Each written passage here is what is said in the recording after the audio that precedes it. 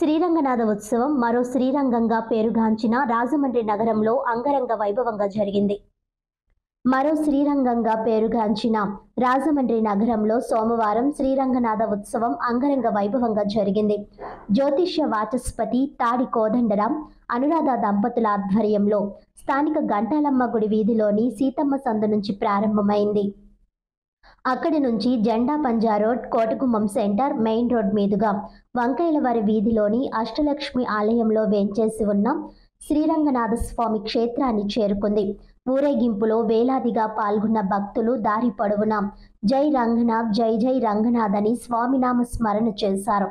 ఊరేగింపులో కోలాటం, భజనలు ఆకట్టుకున్నాయి. ఈ సందర్భంగా జ్యోతిష్య వాచస్పతి తాడి కోదండరాం మాట్లాడుతూ, రాజమండ్రి శ్రీరంగంగా పేరుగాంచిన ఈ ఆలయంలోని శ్రీరంగనాథుని దర్శించుకునే భక్తులకు అతి శీఘ్ర కాలంలో శ్రీరంగం క్షేత్ర దర్శనం జరుగుతుందని, ఇది ఎంతో మంది భక్తులు చెప్పిన మాట అని పేర్కొన్నారు. జై రంగనాథ, జై జై రంగనాథ అని స్వామి నామస్మరణ చేస్తే గత జన్మ పాపాల నుండి విముక్తి కలుగుతుందని అన్నారు. శ్రీరంగనాథ ఉత్సవం జ్యోతిష్య ఆచార్య తాడి కేదారనాథ్ పర్యవేక్షించారు. అనంతరం భక్తులకు అన్నప్రసాద వితరణ జరిగింది.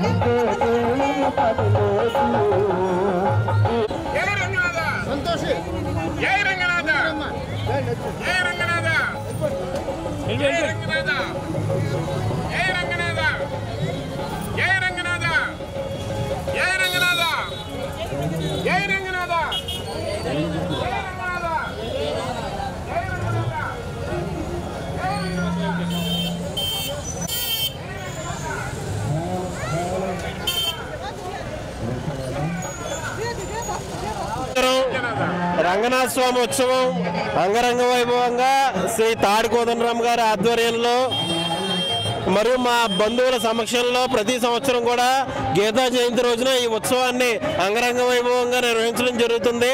అలాగే ఈ యొక్క రంగనాథ స్వామిని ఆశీస్సులు అందరికీ ఉండాలని చెప్పేసి మన అష్టలక్ష్మి దేవాలయంలో గల 24 అడుగుల రంగనాథ స్వామి ఆలయంలో అందరికీ కూడా భక్తులందరూ కూడా సుభిక్షంగా ధనధాన్య సంపదలతో వర్ధిల్లాలని అందరికీ కూడా సామూహిక అర్చన కూడా ప్రతి సంవత్సరం నిర్వహించడం జరగగలదు.